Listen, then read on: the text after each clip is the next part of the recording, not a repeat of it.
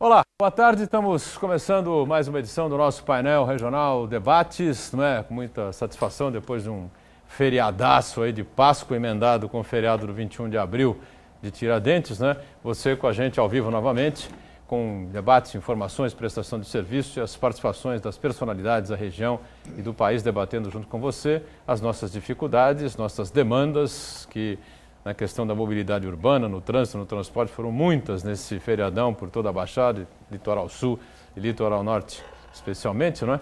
E discutindo também os temas, os assuntos importantes de nível nacional. Lembrando sempre que a reprise do painel Regional Debates, também diariamente, segunda a sexta, é às 20 horas, às 8 da noite, e mais à frente um pouquinho, na sequência do JB, às 10 da noite, o painel regional, também com entrevistas importantes e discussões sobre temas ligados à região e ao Brasil.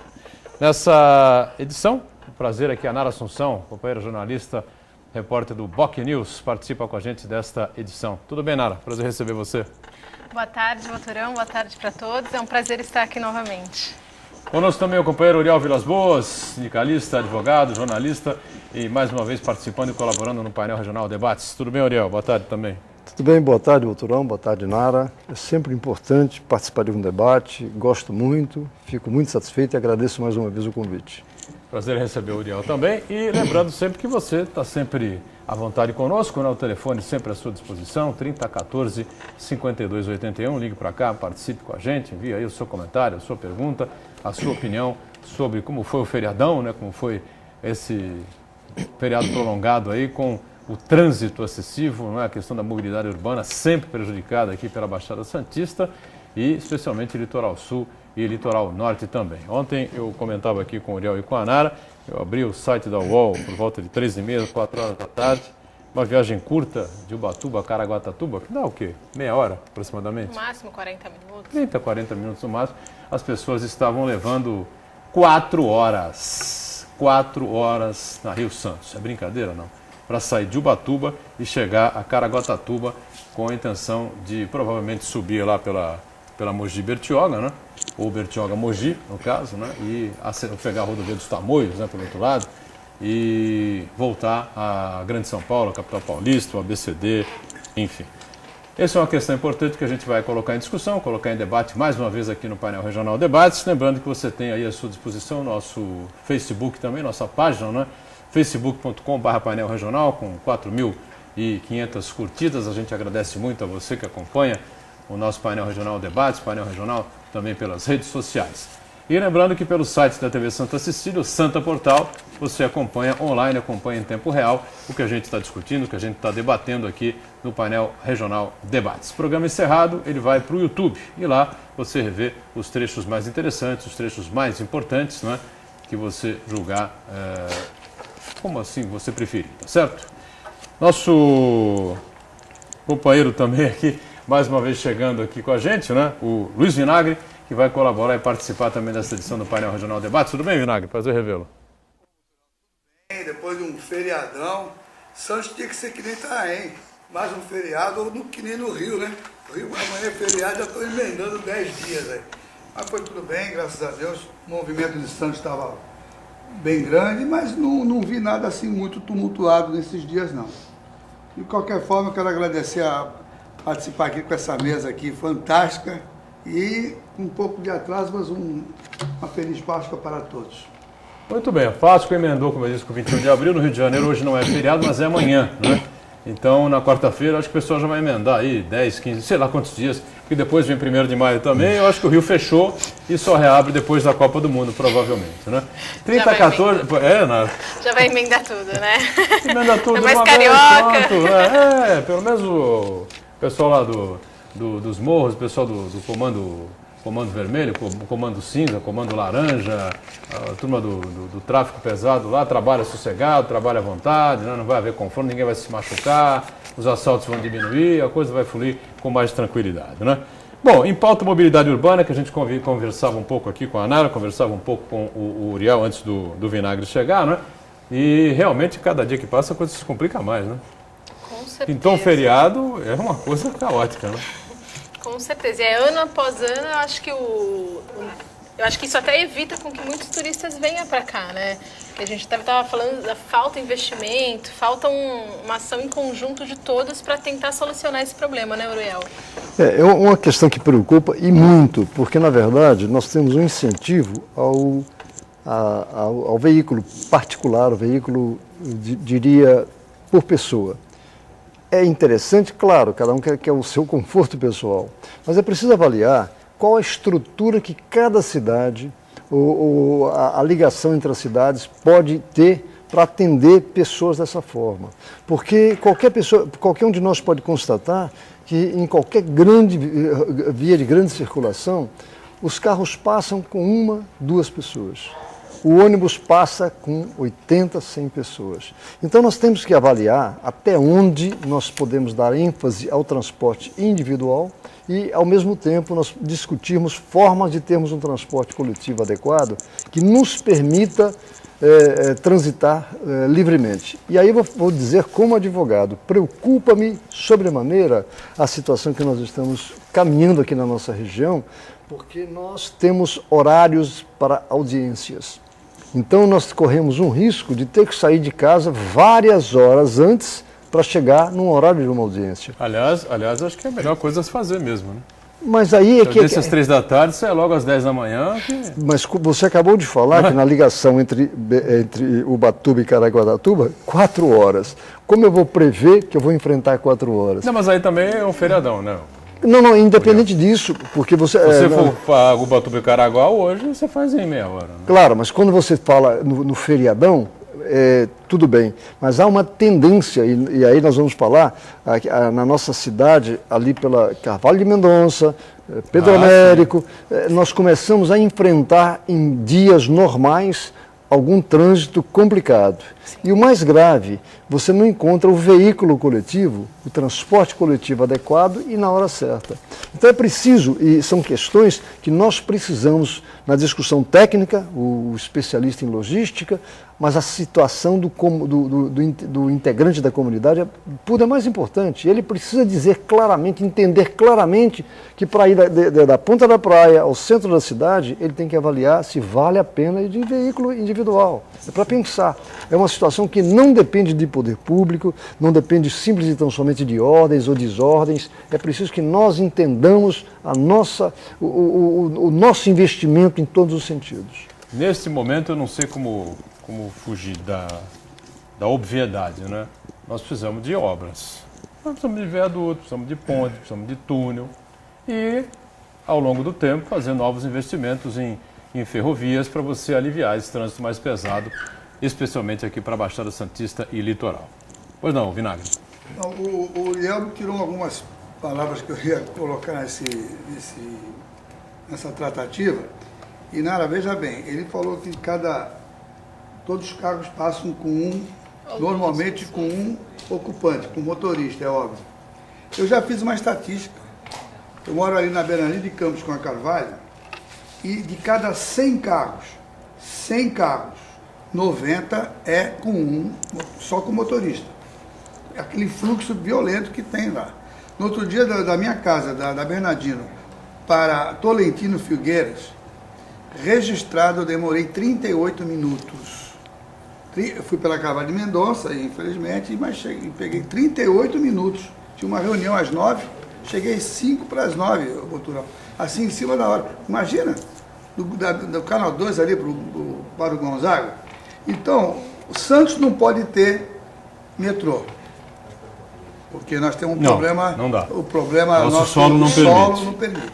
Colocar também, parece que viadutos, também é um problema sério. Então nós temos que aproveitar o que tem, fazer a coisa plana.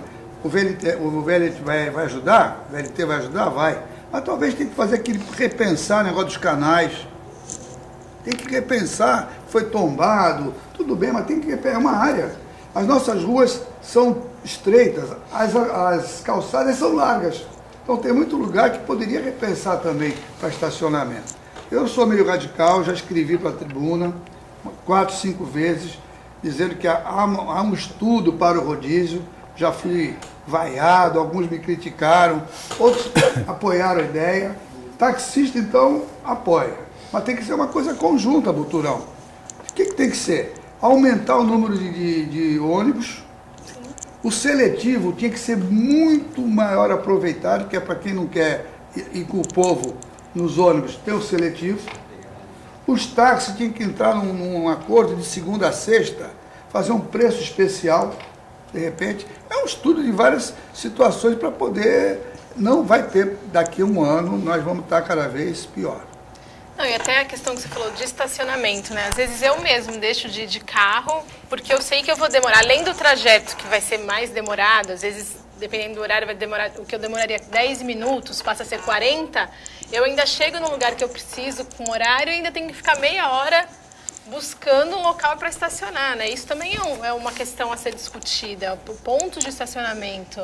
E aí eu vou, normalmente, quando dá, eu vou a pé ou vou de táxi, porque o seletivo também ainda demora muito para chegar e você tem horários que você não consegue utilizar esse meio de transporte, né? Infelizmente. Mas nós temos uma situação que a gente pode chamar, destacar. Nós temos uma cidade, nós estamos falando de Santos, não estamos falando de região. Não, onde temos as avenidas, a Avenida da Praia, né, que vai da Ponta da Praia até, falar de Santos, até o Zé Menino. Nós temos os canais, que são vias de acesso, né, de boa circulação. Nós temos a avenida que vai na orla aqui do Cais. Depois pegamos a João Pessoa, podemos considerar também a São Francisco. Então são algumas áreas que podem ser utilizadas. Isso é uma questão. A outra é que nós temos que avaliar o transporte coletivo. Eu sou de um tempo, não vou dizer a minha idade, consequentemente, mas onde eu pegava um bonde pouco mais de 5 horas da manhã, e às 5h25 eu estava na Santos Jundiaí para pegar um trem que me levava a Cosipa, onde eu entrava em serviço às 6h30 da manhã. Se eu quisesse ir até São Paulo, pegaria um trem 5h45, 8 horas da manhã estava em São Paulo. Então são situações que exigem uma reflexão, e aí não se trata de boicotar esse ou cortar aquele. Uma avaliação de como pode ser feito um conjunto de esforços para que nós tenhamos a possibilidade de andar num transporte coletivo decente, que pode ser o ônibus, já que cortaram os bondes. Nós podemos andar no seletivo, que é um transporte coletivo também adequado, e que a gente tenha uma condição de cada cidadão perceber que se ele quer usar o seu carro, até a forma de estacionar o veículo tem que ser levada em conta. Porque você nota, às vezes, espaços ocupados por um veículo que podia, por 2 veículos que podiam caber 3. É só colaboração. Então são situações que exigem uma identificação comunitária. E nós temos alguns países do mundo que já estão buscando saídas. A França, por exemplo, é comum a gente ver notícias sobre a utilização de bicicletas. Londres, bicicletas. Por que nós não aproveitarmos, então, o conhecimento dessas pessoas fazendo o mesmo aqui? E levando em conta que, com exceção dos morros, a cidade é plana. Toda ela é plana, facilita ao extremo a utilização Exatamente, que eu falei de aproveitar esses espaços todos. Parece que em maio, a gente até tentou buscar as informações mais completas, a prefeitura ainda não divulgou junto com a CT, mas eles fizeram um estudo junto com o VLT, né, quando tiver que o transporte coletivo seja de forma frontal aqui, né, não frontal, mas de...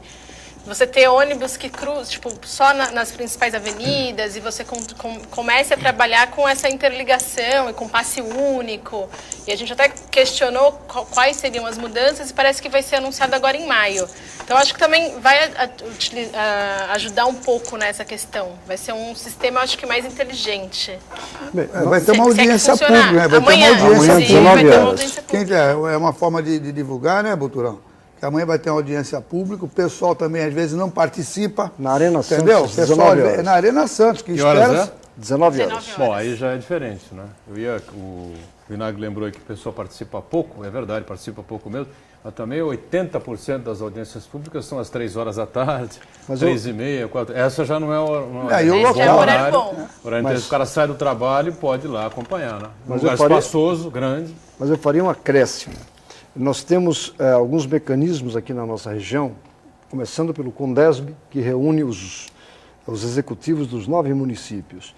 E cada cidade tem N sociedade de moradores. Ora, esta audiência de amanhã, na minha concepção, deveria ter sido programada de tal forma que motivasse as associações de moradores a fazerem reuniões em cada bairro, analisando a situação e pautando, porque não adianta você colocar, por exemplo, amanhã na Arena Santos, 500, 1.000, 2.000 pessoas. O problema não é de aplauso, nem de vaia e nem de gritaria. O problema é objetivo. Então, se você consegue levar para essa audiência pública representantes de cada bairro, vai dizer assim, olha, no meu bairro, lá no Campo Grande, nós temos o seguinte problema, X, Y, Z, e assim sucessivamente. Isso é um entrosamento entre o poder público, entre a comunidade e, consequentemente, a busca de soluções. E insisto também no outro aspecto. Tudo que nós estamos falando aqui tem reflexo em duas situações. Uma no aspecto comercial, que nós temos as hotelarias, os bares, restaurantes, tudo isso aí. E a outra é que, em havendo um decréscimo nesse movimento, consequentemente vai ter menos emprego. Então é uma ligação tão grande, uma interligação tão grande, que motiva o debate, motiva a unidade de ação, e a gente encontraria a solução de forma coletiva, transformando a cidade como um exemplo para muitos lugares que não tem esse tipo de discussão. Eu falamos de feriado e só emendando, hoje é aniversário de Itaém, viu? Então... Temos. Quinta deve ter sido ponto facultativo na cidade. Falou Itaém também? Foi. Então, quinta foi ponto facultativo, sexta feriado, sábado, domingo, segunda feriado de Tiradentes e hoje é aniversário de 482 anos. 482 anos. Também uma das cidades mais antigas, né, que nós temos no. Acho que é a segunda, né? A segunda mais antiga, né? Do país, depois de São Vicente? Ou depois de Porto Seguro? Tem uma discussão aí. É uma polêmica, São Vicente é a primeira. Qual é a primeira? Mas São Vicente é a primeira vila, né, que eles dizem. A primeira cidade seria Porto Seguro. Só completando esse problema dos feriados, hoje é uma estatística do sindicato dos bares, hotéis e restaurantes, diz que a ocupação chegou a 90% dos hotéis em Santos. Nesse feriado agora? Nesses feriados todos, 90%, quer dizer, é um índice muito grande. Haja vista que a maior parte do pessoal vai para São Vicente, vai para litoral sul, litoral norte, então Santos houve uma presença muito grande do turismo. Santos é um fenômeno, né? Porque tem 70%, 80%, 90% de ocupações dos hotéis e você não vê a cidade cheia, né? Eu acho que as pessoas, tem um pelo menos o que é diferente, os shoppings, enfim. O trânsito não fica complicado. Acho que muita gente vai embora, né? Então a metade da cidade sai e a outra metade. Né, e o pessoal que vem de carro, eu acho que eles deixam todos os dias o carro estacionado, né? Eles não saem de carro. Eu percebo isso porque eu moro ali na praia do lado da igreja do Embaré. E a gente vê o carro estacionado 5, 6 dias no mesmo local. Então, quer dizer, ele vem, passa o feriado, não enche a cidade de carro, porque ele deixa ali, não tira pra nada. Vai faz pra praia, tudo a pé, faz tudo. E aí a cidade fica até mais tranquila no trânsito. A gente andou de carro e não tinha trânsito. Assim. Se você levar em consideração da Afonso Pena, Glicério, para lá, até a praia, é um dia bonito, é gostoso andar. Então o turista pode colocar o carro ali tranquilamente, se ele está estacionado ali, e vai passear tranquilamente, né?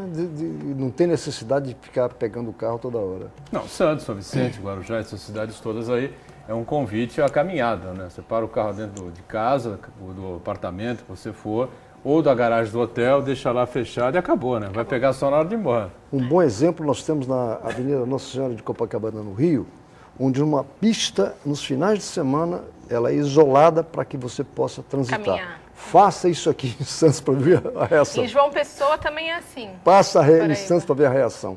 Ali estimula as pessoas a andarem. E eu parto daquela premissa de que quanto mais gente estiver na rua, menos risco você estará correndo até em relação à sua segurança. É verdade, olhando por esse aspecto. Mas eu queria abordar um aspecto também, Boturno, aproveitar esse negócio de turista, Eu tive oportunidade, eu não fui viajar, eu tive a oportunidade de ficar aqui em Santos, não tirei o carro, fui a pé e de ônibus, viu? A pé, porque eu não pago mais condução, então aproveito, já ando também de ônibus.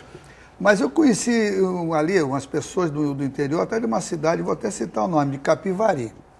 E sabe o que eu senti? Isso fica um recado aí, talvez, para o nosso querido Guimarães, do turismo, e o pessoal do sindicato. O pessoal está em hotel, está em pensão, ou até em casa alugada, e desconheciam vários passeios em Santos. Perguntei, vocês sabem que tem um ônibus que faz um tour pela cidade? Ah, não sabemos. À noite, o que tem de barzinho, uma música ao vivo, uma coisa... Ah, não sabemos. E muitas vezes eu vou para algumas outras cidades, e até de outros estados, e nos hotéis, tem Esse pessoal estava hospedado em hotel? Eles estavam numa pensão, não consegui localizar a pensão. Mas minha pensão é lugar de receber turista, quer queira ou quer não. É pensão mais simples, muito, né? Mas é. Em todos os lugares que eu vou, alguns hotéis que eu vou, chegar lá tem um guia? Não é um guia, são 300 cartões indicando uma pizzaria, indicando um restaurante onde tem feijoada, onde tem um passeio. Eu acho que não sei se está faltando isso aqui também, viu, Boturão? É verdade. E os chamados folders, né, também, né? Indicando aí tudo que você pode percorrer ali, lugares mais próximos, lugares mais distantes, a quantos minutos de tal lugar fica determinado ponto que você quer visitar, enfim, né? É que, ainda mais que agora com a aproximação da Copa, né? E a gente deve receber bastante turista, isso já deveria estar bem mais organizado, né? Um assunto para a gente debater daqui a pouquinho. O Vinagre levantou a questão do rodízio, né? Vamos saber a opinião aqui da mesa. O Vinagre já deu a dele, né? Eu tenho a minha. Evidentemente que a Nara tem a dela e o Uriel também. Você aí em casa tem a sua, né? O rodízio em Santos ou na região metropolitana, né? O que é que você acha sobre esse tema? É interessante, a gente vai discutir daqui a pouquinho. Vamos para o break. Primeiro o filme sobre o trabalho infantil. Na sequência o intervalo, voltamos já já. Painel Regional Debates está de volta, não é? Nesta edição aqui, a gente recebendo a nossa Nara Assunção, companheira repórter do Boc News, o nosso Uriel Vilas Boas e também a companhia do nosso Luiz Vinagre, mais uma vez participando com a gente aqui. Telefone 3014-5281, ligue para cá, participe com a gente, envie aí o seu comentário sobre os temas importantes que a gente está colocando em discussão, colocando em debate. E eu deixei para esse bloco aqui a questão do rodízio, né? Rodízio de veículos proposta pelo Vinagre, como existe na capital paulista, não é? Não sei, acho que São Paulo, capital, é a única cidade do Brasil que tem rodízio ou não? Que eu saiba é só São Paulo. Acho que só São Paulo, né? No Rio não tem. Não tem. Em outras grandes capitais não tem, Curitiba não tem. Mas Curitiba tem um sistema de transporte coletivo fantástico. Curitiba tem um esquema muito bom, né? Salvador é complicado, Porto Alegre é complicado, trânsito, mas também não tem, enfim. Bom, Nara, você gostaria de ver um rodízio implantado em Santos, não? Eu acho que a cidade cada vez mais caminha, assim, para um rodízio, né? Porque é impressionante a quantidade de carros. A gente até comentava que a facilidade para você comprar o seu carro ajudou muito, né? Todos os planos do governo de adquirir o primeiro carro. Então, muita gente compra e fica realmente... Tem horas já que fica insuportável de andar na cidade de carro e, às vezes, você passa por um estresse que você está passando igual na capital, né? É absurdo. Então, eu acho, sim, que seria uma boa alternativa. É lógico que precisa ser realizado um estudo bem feito para ver como que funcionaria isso, mas já poderia estar, sim, sendo implantado testes, enfim, até com os possíveis... O VLT vem aí, deve ter outras mudanças, e você já colocar isso também nesse comboio aí, né? Nesse pacote. E aí, Uriel? Eu sou contra. Eu sou contra por uma razão muito simples. Eu não posso andar com o meu carro hoje em função do número da placa. Nada me impede que eu compre um carro com outro número de placa. E não, eu acho que a solução não é essa. A solução, eu gosto de ser sonhador nesse aspecto, de ver a comunidade interpretar, entender o significado da utilização de veículo e essa comunidade participar no sentido de estimular ou de cobrar, ou de formar, buscar formas de termos transportes que estimulem e que eu deixe para usar o meu carro ou a trabalho que não tem jeito de fugir, ou então que vá apenas para passear. Mas, na verdade, o rodízio é uma imposição e toda imposição, eu sinto como, por exemplo, essa imposição. Você não pode fumar dentro de uma sala. Você acaba de fumar num restaurante e joga a bituca de cigarro no chão. Quer dizer, é ligação à sujeira de animais. Não, tudo que depende de determinação legal, de imposição legal, na minha concepção não funciona. Nesse aspecto aí, eu preferiria que houvesse a comunidade interpretasse a necessidade de ver o significado de utilização ou não do veículo, e até podíamos começar a discutir caronas, aquele sistema que foi adotado em alguns lugares, de utilização de caronas, mas o rodízio como imposição eu Isso acho que seria o seria a ideal, solução. né? Não seria a Seria o solução, ideal. não. E eu vou completar aqui, eu concordo com o Uriel. Finalmente. Seria o ideal. Finalmente concordei com o Uriel Vilas Boas, Agora no painel regional de debates. Porque tá- estatisticamente aconteceu isso em São Paulo, né? Nos 3, 4 primeiros anos do rodízio, o trânsito diminuiu, enfim, depois as pessoas começaram a perceber isso. Se você tem um carro, agora nós estamos em 2014, né? Se você tem um carro 2011, por exemplo, compra um 2004, 2005, a placa é diferente, pronto. Tá Nós resolvido estamos o aqui em problema. 2-2, então, né? Porque a área também foi um pouquinho. Não, é o seguinte, um estudo completo. Não é chegar amanhã. Porque, infelizmente, também, olha, vamos ser sinceros, né? Nós somos sempre talhados a receber uma ordem. Você lembra que o capacete, vamos usar capacete. Não, o pessoal relaxava. Você pôs a ordem, todo mundo usa o capacete. Mexeu no bolso. Mexeu no bolso, capacete, cinto de segurança. Quem lembra do cinto de segurança? Ninguém usava cinto de segurança. Agora é lei. Pum. Então, essas coisas têm que ser ali.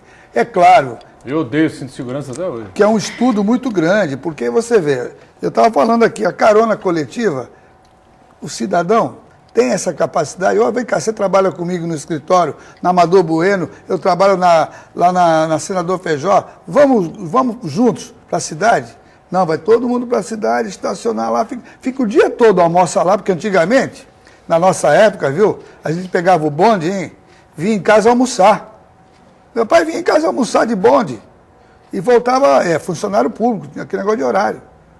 Hoje que ninguém mais almoça em casa, porque não dá para ir e voltar em casa, o transporte, carro, etc. Então eu ainda acho, a minha filosofia batalhando no rodízio, aumentar assustadoramente o número de ônibus para poder dar vazão, melhorar muito o seletivo, colocar em vários canais, em várias avenidas, com maior número de seletivo, para o pessoal, puxa, eu vou deixar em casa, vai ser mais fácil.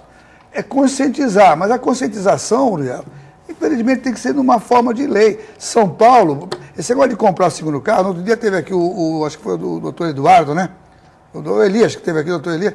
Não, eu sou contra, porque eu vou comprar outro carro e vou ter carro. Mas também não está tão fácil ter 2 carros assim, não. Então, a minha filosofia continua essa. Vamos fazer um teste. Não, mas, Vinagre, Vamos isso fazer aí um a mês. gente não pode brigar com os números, não é? É estatístico o que aconteceu em São Paulo. Durante os 3, 4 primeiros anos do rodízio, ele funcionou. Não é? Tanto que o trânsito é caótico até hoje.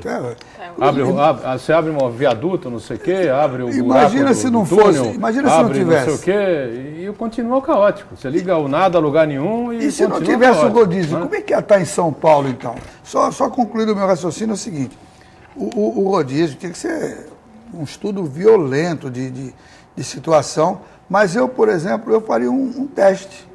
Fazia um teste aí, um período, para ver se é uma realidade, se nós santistas, que somos mais a terra da solidariedade, a terra do pessoal, todo mundo se conhece, é uma cidade plana, vamos tentar. Porque não se faz omelete sem quebrar ovos. O que houve, o que estava planejado, a Nara vai poder falar sobre isso, que é um pouquinho mais nova do que nós, pouquinha coisa, né? Mais nova que a gente. Ela vai poder explicar por que isso acabou não acontecendo. Porque todo mundo dizia que depois do ano 2000, as pessoas iam se locomover pouco, né? Porque com o advento da internet, da rede mundial de computadores, as pessoas iam trabalhar em casa. 50%, 60% dos postos de trabalho iam ser diluídos, as pessoas não iam mais precisar se deslocar até o local de trabalho. Só que isso acabou não acontecendo. Ainda não, né? Eu acho que grande parte ainda se desloca para trabalhar, Não é como verdade? a gente pode ver no trânsito. Havia essa, né, Uriel, você não escutava isso? Tinha isso mesmo. Eu Não, queria- A partir de 2000 e pouco, né, com a internet, as redes de computadores, todas essas facilidades todas, ninguém vai precisar se deslocar, todo mundo vai trabalhar de casa, enfim, existe realmente, aumentou o número de pessoas que trabalham em casa. Aumentou. sem É isso que eu ia dúvida. falar, tem bastante. Mas no que o que havia na previsão, que havia, perto da previsão que havia, Mas eu acho que é uma previsão que pode vir a acontecer ainda, né? Pode, Eu sem acredito dúvida. nisso, mas Mas eu gostaria de acrescentar um detalhe. Lá na década de 90, quando o prefeito era da capital, a Luísa Erundina chegou a levantar a possibilidade de mudança de horário de funcionamento de comércio, indústria, uma adaptação de tal maneira que todos não fossem ao mesmo tempo para o mesmo lugar.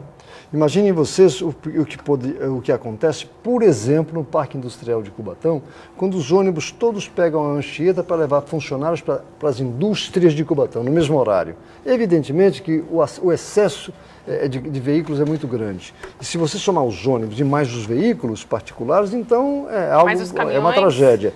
E a outra questão, nós sabemos que todo ano, naquela época X, Y ou Z, vem a safra disso, daquilo ou daquilo outro. E todo ano é a mesma lenga-lenga, mesmos choramingas, as mesmas reclamações, que a própria Fiesp em Cubatão já verifica a hipótese de punir, de entrar com um processo contra o governo em relação ao excesso de veículos ali. Então, o que eu estou dizendo, insistindo, é a necessidade da cidadania. É preciso que a gente entenda que nós vivemos, não apenas nós, mas com outras pessoas. E aí, quando você tem um transporte coletivo decente, motiva a que eu saia de casa no horário adequado e que, inclusive, o prefeito agora está distribuindo uma forma de você chegar num ponto de ônibus e apertar verificar lá. É um aplicativo. Tem um aplicativo, já existe. Tem amigos meus que usam, já falam que funciona. Pois bem, mas se você tem uma comissão de transporte atuante que verifique isso, o próprio sindicato dos rodoviários verificando as condições de trabalho do motorista, uma somatória de esforços, o que nós queremos é isso, é viver em comunidade. E para viver em comunidade você tem que discutir problemas, buscar soluções que não sejam imposições. Toda imposição, podem observar. Mas com agilidade, né? Com agilidade. E nós não precisamos ir muito longe. Nós temos a lei que determina a forma de você dirigir um veículo, diz que se numa faixa a prioridade é do pedestre. Por que então a mãozinha lá para eu poder atravessar? Então são situações que mostram cidadania. Que a cidadania. Mas eu acho que a questão não, na também... cidadania o motorista respeitar a lei com a qual ele conseguiu tirar a carteira de motorista. Então o que nós precisamos é isso, é entender que nós vivemos numa comunidade, tem que ter barulho, tem que ter ruído, tem que ter o transporte coletivo, tem que ter carro a menos. Isso não é ser ecochato, não é nada disso. É avaliar a situação sob o prisma de que, se eu não participar dessa situação, eu não vou viver bem. Sem dúvida. É um assunto importante que tem a ver com a realidade metropolitana, uma pauta muito interessante, muito boa. Para a gente debater aqui, a gente contava com a presença do presidente da Câmara de São Vicente, vereador Fernando Bispo, que confirmou presença conosco até às 11 horas da manhã, no telefonema da nossa produção, assessoria dele. E a assessoria confusa acabou confirmando a presença do Fernando Bispo, como você que está em casa percebe e vê claramente.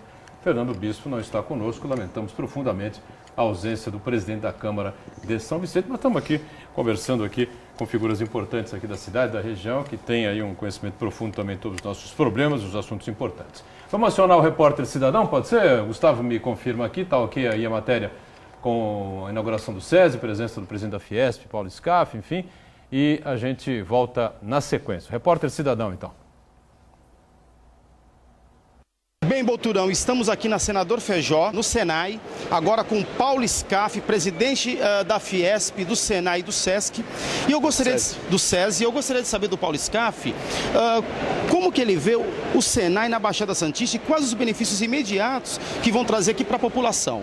Bom, o Senai, seja na Baixada Santista, seja em qualquer parte do nosso estado de São Paulo, ele tem um papel muito importante da formação profissional, que você dá condição às pessoas a conseguir um melhor emprego, um melhor salário, montar o seu próprio negócio. Esse ano nós vamos ter no estado de São Paulo 1 milhão de matrículas no Senai. Aqui na Baixada Santista nós temos a escola na ponta da praia, aquele prédio antigo vai ser demolido, nós vamos fazer uma escola de primeiríssimo mundo, vai ser a escola de ensino profissional, a escola técnica mais moderna do mundo para o setor portuário, logística, gás, petróleo, enfim, o foco das oportunidades de emprego que tem aqui na Baixada Santista, as principais oportunidades. Essa nova escola ela vai ficar pronta só daqui a 2 anos. Enquanto isso, os alunos foram relocados a 2 endereços. Um é no prédio que nós estamos. E, enfim, aqui em um outro endereço nós relocamos, vamos manter todas as matrículas. Aliás, manter não, nós vamos aumentar 20%. Vamos ter quase 20 mil matrículas à disposição. Tínhamos 16, 17, vão ser quase 20 mil até a escola nova ficar pronta. Quando ficar pronta, pula para 30 mil matrículas. Enfim, então não vai haver nenhum prejuízo enquanto se faz a nova escola lá na Ponta da Praia. Nós estamos aqui excelentemente bem instalados. Muito bem, tá aí o Repórter Cidadão, acompanhando aí a inauguração deste novo polo aí, pilotado, patrocinado pelo Fiesp, o Sistema S aí, o SESI, né? Senai, e com a presença do Paulo Scaff, que além de presidente da Fiesp, também, já há algum tempo, pré-candidato ao governo do estado pelo PMDB. Bom, nós temos hoje a inauguração da campanha nacional contra a gripe, começa hoje aí nos municípios brasileiros, né? Muita gente está precisando tomar, vamos falar sobre isso daqui a pouquinho. A gente sai para mais um intervalo aqui no painel Regional Debates e já retomamos, tá certo? Em instantes. Muito bom, último bloco do nosso painel Regional Debates, conversando aqui com muito prazer com a Nara Assunção, jornalista do BOC News, com o nosso Uriel Vilas Boas e o Luiz Vinagre com a gente também nesta edição, tá certo? O telefone segue aberto, as redes sociais também, para você continuar sempre ligado e participando conosco. A gente mais uma vez aciona o Repórter Cidadão e volta na sequência aqui com a nossa mesa aqui. Vamos lá então. Aqui no Senai, agora com o vereador Antônio Carlos Banha Joaquim, do PMDB, e eu gostaria de perguntar para o vereador como que ele vê as novas instalações. Afinal de contas, o Senai é um exemplo de educação não só na Baixada, mas em todo o estado de São Paulo. Como que o senhor vê o Senai na Baixada Santista para os nossos jovens?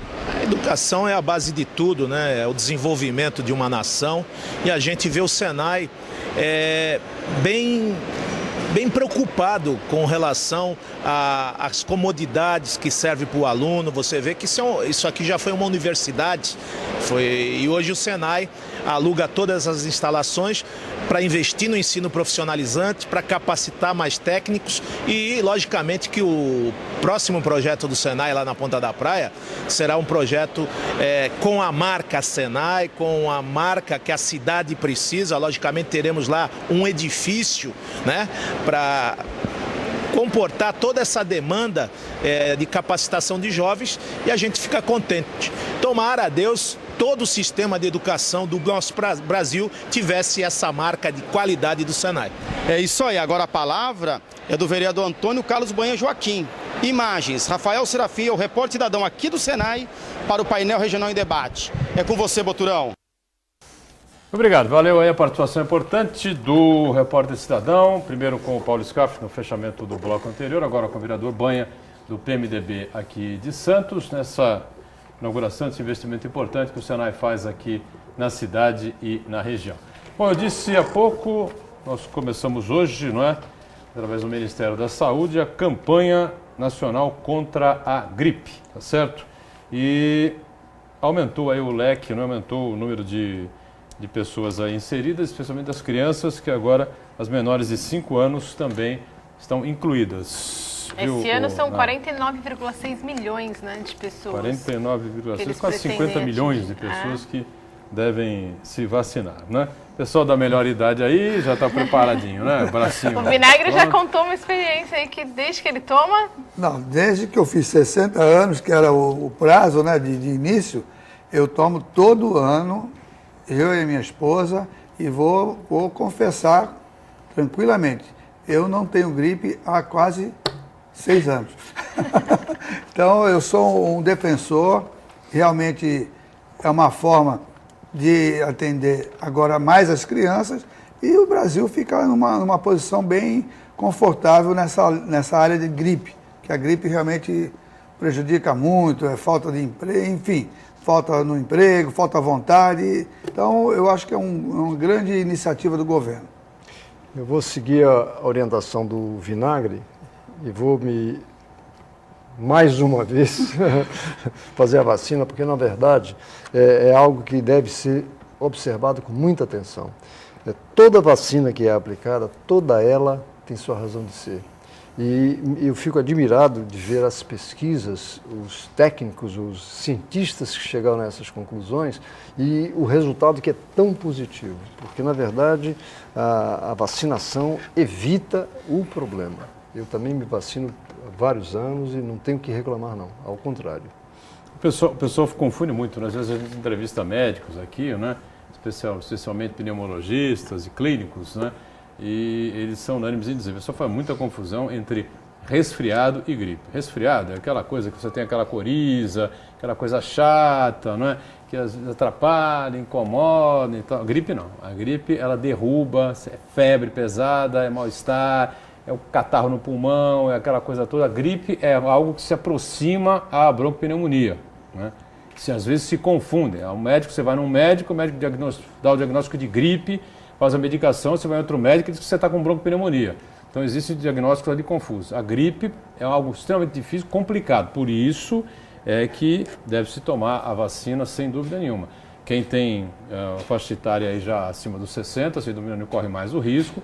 As crianças correm mais o risco também, os pequenininhos principalmente. E a gente também precisa tomar, tá certo? Com certeza. Tomar cuidado. Completando o que você está falando, é uma situação interessante. Você vai numa farmácia, você compra um remédio com o nome de gripe. Quando em verdade... Benegripe. O Benegripe. Quando em verdade você estaria resfriado.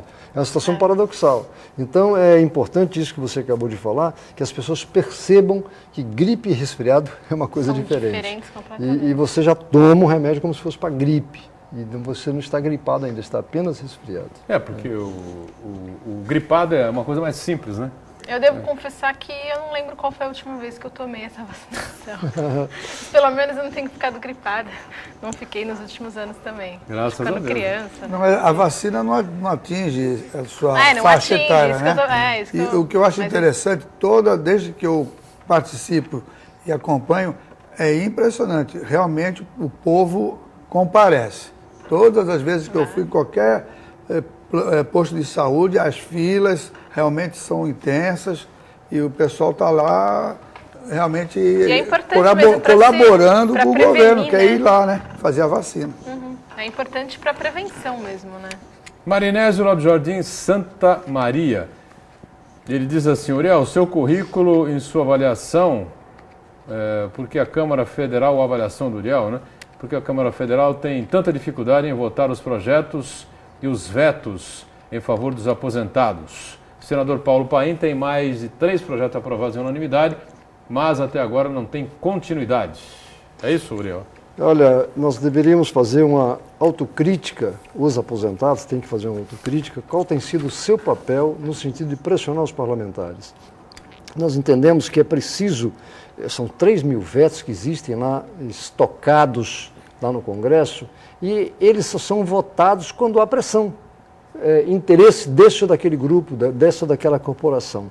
No nosso caso, por exemplo, nós no mês passado entregamos aos deputados da região, os deputados federais, um pedido de colocação de uma emenda em relação ao reajuste do aposentado.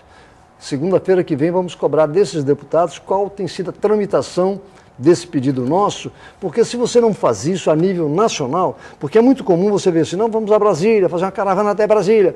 Que adianta fazer caravana a Brasília se a coisa é decidida em gabinete?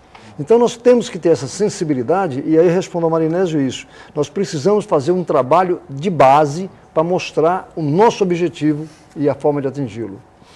Paulo Machado Pompeia manda um abraço para o Uriel e pergunta o que as entidades dos aposentados podem fazer pela definição do novo salário mínimo já definido pelo governo federal. É o que eu acabei de falar, nós temos que pressionar os deputados, não apenas os 4 deputados federais da região. Nós temos que pedir às entidades sindicais, às centrais sindicais, às associações de aposentados a nível nacional, que cada uma vá ao deputado federal da sua região dando recado. Olha, nós temos eleição no final do ano, nós precisamos da sua palavra, da palavra do seu partido, para que nós tenhamos um salário mínimo assim, um reajuste de aposentado Y e assim por diante. Se não fizermos isso, o resultado não vai ser nada positivo para a gente. Mais uma para o Uriel, aqui a Elisandra Fonseca do Gonzaga chama de professor Uriel.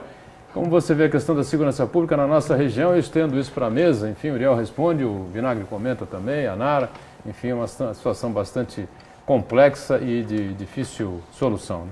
a minha aluna Elissandra, né, me chamou de professor, eu fico preocupado com duas situações. A primeira delas é a falta de planejamento. Eu li no jornal hoje que o governo do estado está liberando 300 investigadores para o sistema policial. É suficiente? Quem chegou a essa conclusão? Por que esse número? A questão do Polícia Militar. Um absurdo, Polícia Militar tem que fazer a tal de operação delegada e agora fazer o bico oficial do governo do estado. Então é preciso, e aí eu diria, agora às 17 horas teremos uma reunião do 2º Conselho de Segurança, que reúne o pessoal aqui do Embaré, não, aliás, do Boqueirão, Pompeia, Gonzaga e Zé Menino. E tem outros conselhos de segurança. Né? Nós precisamos não apenas o Consegue de Santos, ou de algum bairro de Santos, mas o regional, para discutir o planejamento do policiamento que a gente quer. E mais ainda, não pensar em policiamento pura e simplesmente repressivo. Temos que ter um policiamento preventivo, investigativo, e o policial tem que ter condição de trabalhar com toda tranquilidade. Eu vejo que se nós participarmos, a solução nós vamos encontrar. E aí, Nara, a questão da segurança, sempre difícil, complexo. Tivemos um arrastão na Serra, Sim. Na descida de quinta-feira, para sexta-feira também. Concordo plenamente com o Uriel na questão do planejamento, de você definir políticas públicas e colocar essas políticas, até você estava comentando na outra resposta da questão das leis. Eu acho que o falta do brasileiro é cobrar, né? Você vai lá, você vota e você depois tem que cobrar de cada representante seu o que ele está fazendo, o que não está fazendo. E segurança pública entra nisso também, né? Então você precisa ter ações discutidas em âmbito lá de cima, mas também precisa vir da base que é nossa, né? A população, o que a gente sente, precisa se discutir, precisa participar de reuniões como essa. Eu acho que falta um pouco isso, eu tenho uma meia-culpa, às vezes eu acho que eu poderia participar mais dessas reuniões e tenho intenção também, né? De estar mais participante e ativo nisso, porque é isso que muda, né? A nossa postura. Eu já tive alguns problemas, já fui assaltada aqui em Santos e eu pude ver também a questão até de como não está preparada a nossa polícia, né, para atender quem acabou de sofrer um assalto. Acho que as 3 vezes que eu precisei da polícia eu tive grandes decepções. Posso dizer assim, até por conta de corrupção, de mau atendimento, e precisa ter realmente uma reformulação de toda essa política em questão de tudo, né? Eu tenho assim, como eu falei, meu pai foi escrivão de polícia há muitos anos. Numa época que a polícia havia uma elite, essa é a realidade. 300 é o número insuficiente, Uriel? Não sei, nós não sabemos, mas pelo menos é melhor que 0. Então está colocando uma polícia civil, são investigadores, quer dizer, para melhorar essa parte da investigação. Há uma estatística de que 80% dos casos aqui no estado de São Paulo, que é uma das melhores, não são resolvidas, porque não são nem procuradas. É uma estatística absurda. E o policial militar, todos sabem que eu sou favorável à pessoa da polícia militar, porque eles são os heróis. Não ganham o que deveriam ganhar, são expostos na rua contra essa bandidagem, que a impunidade é que dá cobertura para a bandidagem, e eles ficam, às vezes, até sem condições de reagir. Não pode estar em todo lugar ao mesmo tempo. Isso é uma realidade. Porém, o número de policial militar é insuficiente. Todas as pessoas que vêm aqui, a gente acompanha esse programa aqui, que é maravilhoso, diz que no tempo do Franco Montoro, eram 7 mil policiais. Hoje nós temos 7 mil policiais. Quer dizer, então o número é realmente insuficiente. Porém, a segurança está terrível. Uma contestação importante foi feita aqui no programa uma vez, já mais de uma vez, por uma figura muito importante, né? Um especialista no assunto, que hoje é o secretário de Segurança aqui de Santos, Sérgio Delbel. Delbel contestou isso, né? Diz que em nenhum lugar do mundo se faz segurança pública colocando policiamento em toda a cidade. Lógico, não é nada disso, está tudo errado, não tem nada a ver, e que é preciso haver uma cultura. A cultura de segurança tem que ser feita com educação e com outras condições. Não pode ficar em todo né? lugar ao mesmo tempo. Não Porque existe. a polícia, você não vai poder exatamente isso, Você né? precisa promover a cultura da paz e da não violência, Paz, né? E aí né? Exatamente, entra a é. questão da escola, Mas, educação. Mas eu acrescentaria que nós temos, como exemplo, a região metropolitana. São 9 municípios. Se os 9 municípios... Nós vemos reclamação do prefeito de Praia Grande, que vai ao governo do estado reclamar de policiamento. A prefeitura de Guarujá faz a mesma coisa. Daí a pouco a prefeitura de Cubatão que está reclamando também. Se juntam as 9 prefeituras, chamam os especialistas e continuam insistindo. Não estamos na preocupação pura e simplesmente de trazer polícia repressiva. O objetivo não é este, é a integração. E nesse aspecto a experiência do Rio, a tentativa das UPPs é muito válida, porque coloca a comunidade junto com a polícia, mas ao mesmo tempo é preciso analisar questões sociais. Quem mora em favela tem que acabar a favela e colocar casas. As pessoas têm que ser estimuladas a ter a prática da cidadania. Então, nesse aspecto aí, eu não estou defendendo pura e simplesmente mais polícia somente não. Estou discutindo um planejamento tal que evite, porque, na verdade, os grupamentos aí criminosos, eles planejam, eles fazem direitinho o que vão fazer. Se não está podendo fazer aqui em Santos, vamos fazer lá no Guarujá. Se não é do Guarujá, vai e assim verdade. por diante. Então a polícia tem que ter esse entrosamento tal que evite o desgaste e o estresse e que o policiamento tenha um salário decente, que o policiamento tenha o equipamento decente e assim sucessivamente. Avelino do Ibaré diz assim, convidados, o VLT vai de São Vicente ao Porto. E o retorno? Se só tem uma linha, diz ele, não é? Como será feito se não é uma composição só? Não, ele vai fazer o vai e vem, não é? Ah, ele faz o vai e vem. Vai bem, mas eu penso que o VLT está sendo colocado como se fosse a salvação de todos os males do transporte. Quando, em verdade, o VLT vai sair da Ponte dos Barreiros e vai até o Porto. É o Valongo. Essa é a primeira fase, Valongo, né? daqui a alguns né, não sei quantos Uns meses, séculos mais uns ainda. meses. Mais uns meses. Não, ele está previsto já. Meses? Então, já, o negócio está no planejamento. É o Valongo, né? Tá no Sim, planejamento da primeira fase. Só que não sabemos sequer quando vai ser inaugurado isso aí, porque eu tenho dúvida. Lamentavelmente, eu defendo o transporte coletivo e o VLT seria uma coisa muito interessante, mas eu não sei por que trocar a Sorocabana pelo VLT. Mas tudo bem, deixa para lá. Agora, a minha preocupação, uma pessoa que mora no Barreiro e que trabalha no centro da cidade, daqui quantos meses ele vai ter esse transporte? De acordo com as previsões, começo do ano, né? Em julho começa a fase teste. Eu tive, até recentemente eu estive em Valência junto com uma equipe de reportagem para conhecer esse primeiro veículo, que está chegando, acho que chega agora no começo de maio. O primeiro veículo já está pronto, ele chega, já está está vindo já, né? Está em trânsito e chega agora em maio. E aí eles dizem que começa a fase de teste para a população começar a sentir como é em julho.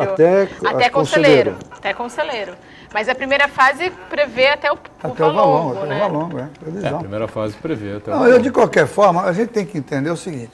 Eu acho que, independente de N problemas que tiveram, é uma iniciativa que pelo menos vai mudar um pouco o aspecto, né? Vamos ver se vai realmente ajudar a melhorar, ou os outros planos que estão seguindo, de outros ônibus, enfim. Eu acho que vale a pena a gente apostar. Eu sou favorável. Ao VLT? Ao VLT. Não é que se seja contra. Eu estou apenas dizendo que eu estou achando que ainda não é a solução. Mas ele vai ajudar, deve ajudar. É uma das, né? Você já teve a oportunidade de ir lá naquele móvel? Tem lá na Praça Mauá e outro lá no Embaré. Tem um posto móvel de explicação, como é que vai. Diz que cada 3 minutos vai estar girando um VLT. Ele acaba sendo não é esses 3 minutos que teve lá? Esse é o projeto. São 400 pessoas que é passivo. 480 pessoas, se eu não me engano. É o projeto. A capacidade. Quer dizer, então parece que não vai haver ninguém em pé, né? Tudo sentado, né? Não, em pé também. Sejamos otimistas. Vai ter pé. Com o metrô, né? O metrô também vai gente em pé. O veículo é como se fosse um metrô, é bem parecido. São 70 pessoas sentadas. E 480 no total. Sejamos otimistas. Sim. Sejamos otimistas e estamos aqui para ser otimistas sempre, não é? Acreditar sempre. O brasileiro, profissão otimista, é isso? Né? O Brasil perdeu o Luciano do Vale no último final de semana, lamentavelmente. Não, vamos continuar otimistas, né? E o Luciano Vale, aliás, foi uma marca, né? Foi uma figura marcante no jornalismo esportivo, né? E quando ele criou o programa de esporte domingo na Bandeirantes, na verdade ele estava criando ali uma Sport TV, né? Uma Fox Sports, uma Band News, estava criando ali uma ESPN, né? Essa gente toda que está empregada aí tem que ir lá todo dia dar uma passadinha lá no cemitério em Campinas e fazer uma oração, porque o Luciano Vale foi o precursor dessa coisa toda que está aí, né? Vamos fechando aqui mais uma edição do nosso painel Regional Debates. Nara, obrigado por estar com a gente, valeu, tá uma outra. Obrigado, Uriel, mais uma vez pela presença importante. Obrigado também ao nosso Luiz Vinagre, você que nos acompanhou. O painel Debates volta amanhã às 13h30, reprise às 8 da noite e às 22h, né, um pouquinho mais à frente, o painel Regional. Obrigado, tchau.